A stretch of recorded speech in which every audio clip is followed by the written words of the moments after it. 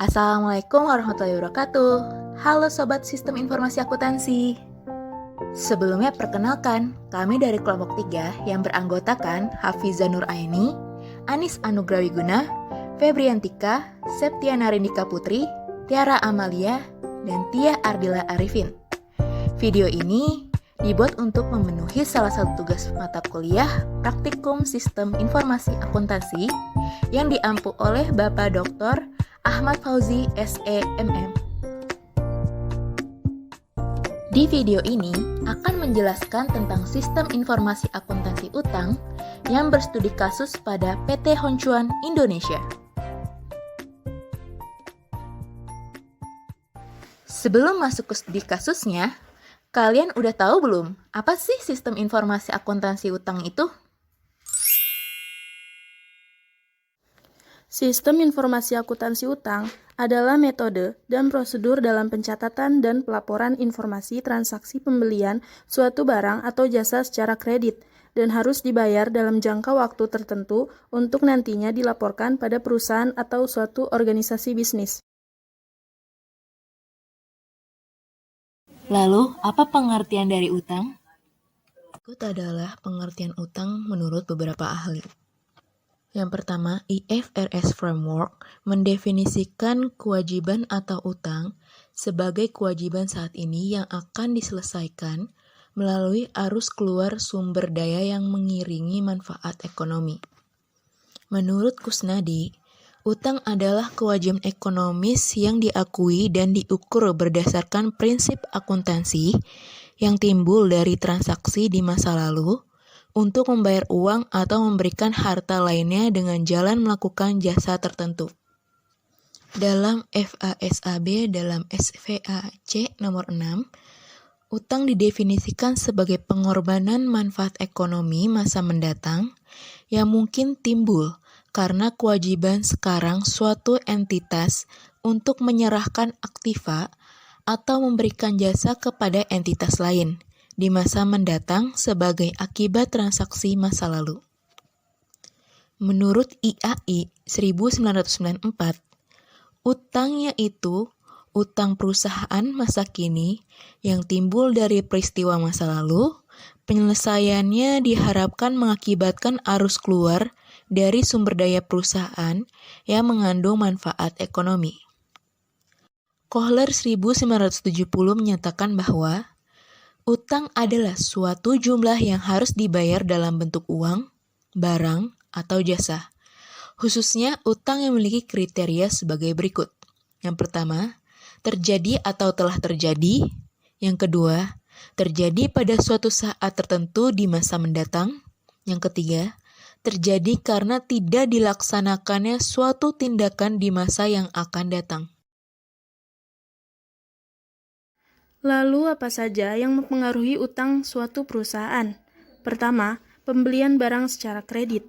Pembelian secara kredit ini akan berpengaruh langsung terhadap utang perusahaan, karena akan menambah jumlah persediaan barang dan juga utang perusahaan. 2.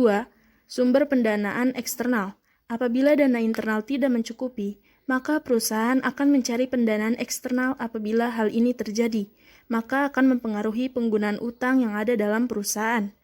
3.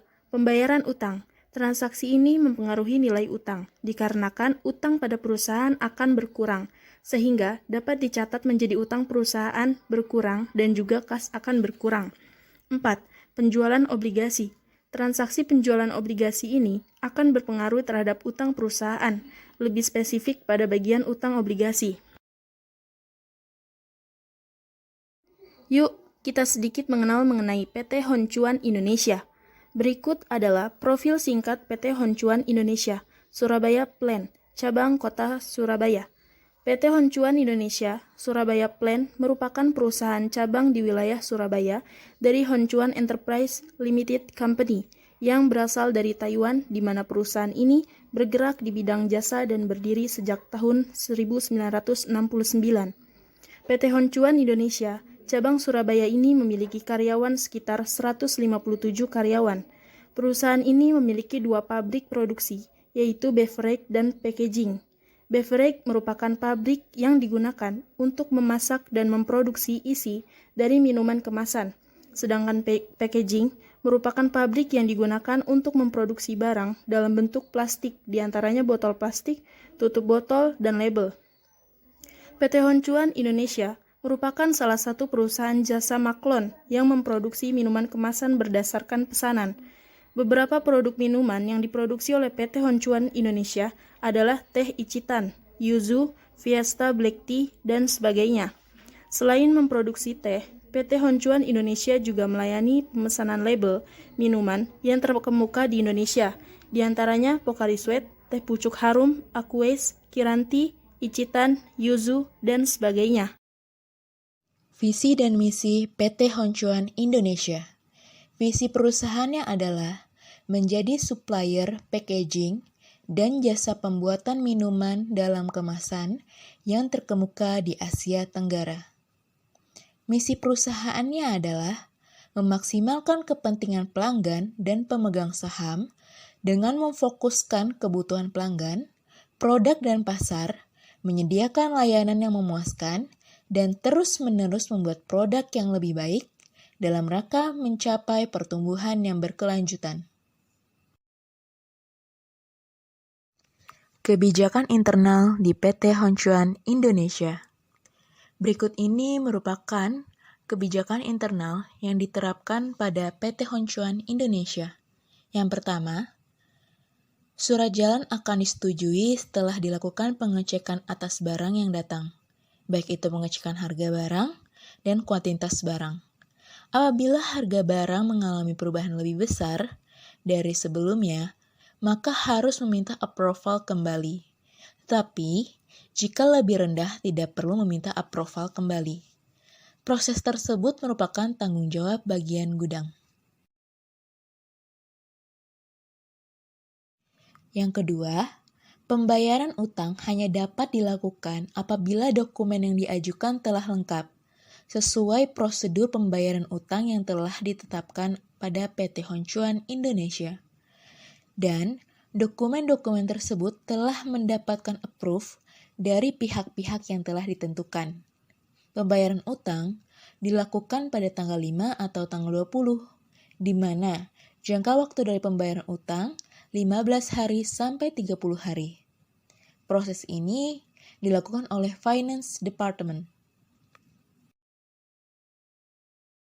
Yang ketiga, Finance Manager memiliki tanggung jawab untuk mengontrol dan memastikan bahwa dokumen pengajuan pembayaran utang dan proses pembayaran utang pada PT Honcuan Indonesia berjalan dengan baik sesuai dengan mekanisme yang ada.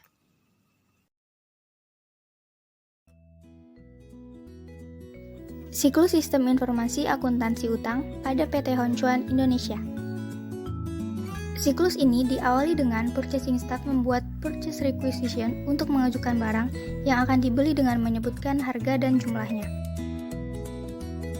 Purchasing staff meminta approval kepada pihak-pihak yang telah ditentukan, yaitu Purchasing Manager dan Finance Manager. Setelah memperoleh approve, purchasing staff membuat purchase order kemudian ditransfer ke supplier. Supplier mengirim barang sesuai tanggal pesanan bersama surat jalan ke bagian gudang.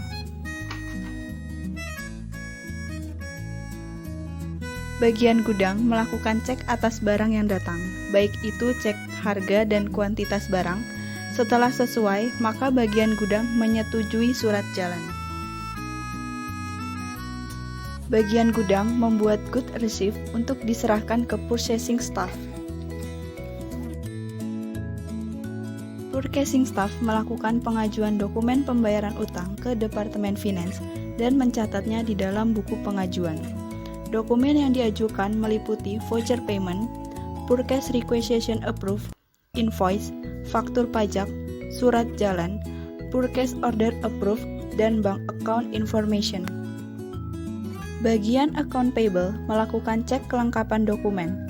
Kelengkapan dokumen meliputi cek format dokumen, penulisan deskripsi pembayaran, ketepatan nominal, kelengkapan nama terang, dan tanda tangan.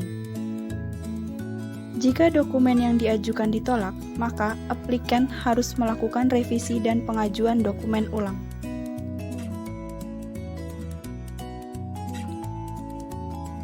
Jika diterima, maka bagian account payable melakukan penjurnalan dengan membuat jurnal offset atau jurnal utang ke sistem ERP. Setelah membuat jurnal utang, maka langkah selanjutnya adalah membuat aplikasi transfer untuk pembayaran melalui transfer bank.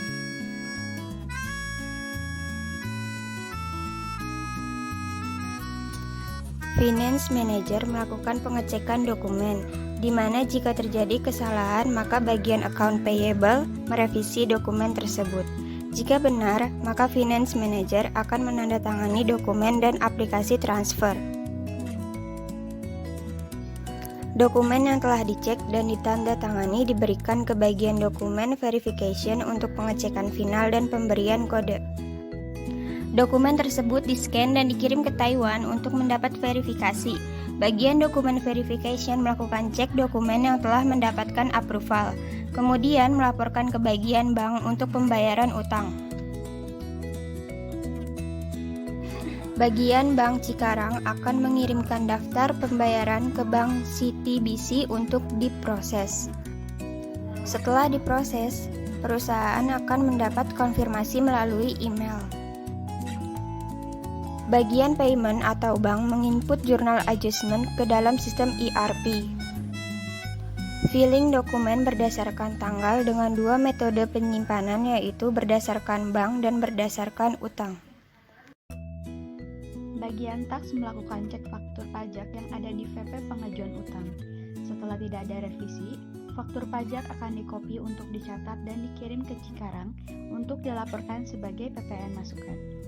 Selanjutnya, bagian tax melakukan cek nilai PPh di dalam VP, kemudian dicatat dan di-cross-check dengan ERP. Kemudian dilaporkan ke kantor pajak setiap bulannya.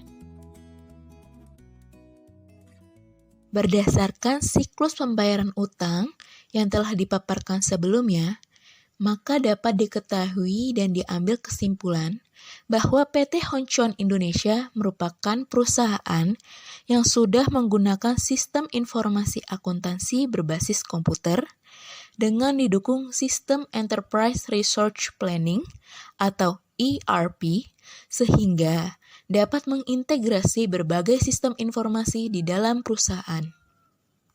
Sistem ERP sangat baik dalam membantu perusahaan untuk mengolah data-data dan mengubahnya menjadi informasi dengan mudah, cepat, dan akurat. Selain itu, pembuatan dokumen yang dibutuhkan dan penginputan jurnal-jurnal juga dilakukan dengan menggunakan sistem ERP. Perusahaan ini juga telah memiliki prosedur pembayaran utang yang telah ditetapkan sebagai dasar acuan bagi semua pegawai agar semua kegiatan operasional perusahaan bisa berjalan dengan baik. Dalam prosedur-prosedur tersebut, telah dijelaskan bagaimana tahap-tahap yang harus dilakukan oleh pegawai serta dokumen-dokumen apa saja yang dibutuhkan.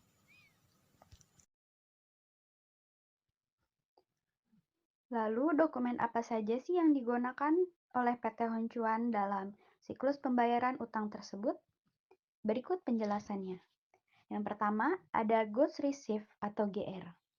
Goods Received adalah bukti bahwa bagian gudang telah menerima barang yang dibeli. Yang kedua, ada Voucher Payment atau VP. Voucher Payment adalah form berisi informasi barang, mencakup nama barang, perhitungan PPN, dan due pembayaran. Yang ketiga, ada Purchase Requisition Approve. PR Approve ini adalah dokumen permintaan dan persetujuan pembelian barang. Yang keempat, ada Invoice. Invoice adalah dokumen tagihan supplier berisi deskripsi barang dan harga yang harus dibayar. Yang kelima, ada Faktur Pajak. Faktur pajak adalah dokumen perpajakan yang berisi nilai PPN atas barang yang dikenakan pajak. Yang keenam, ada surat jalan. Surat jalan adalah bukti dari supplier bahwa barang yang dibeli telah dikirim sesuai permintaan. Yang ketujuh, ada bank account information. Bank account information adalah dokumen yang berisi informasi atas penerima, nomor rekening, dan nama bank penerima. Yang kedelapan, ada purchase order approved. Purchase order adalah form pemesanan barang yang telah disetujui dan dikirim ke supplier. Lalu yang terakhir ada aplikasi transfer bank. Aplikasi transfer bank adalah bukti pembayaran pada supplier.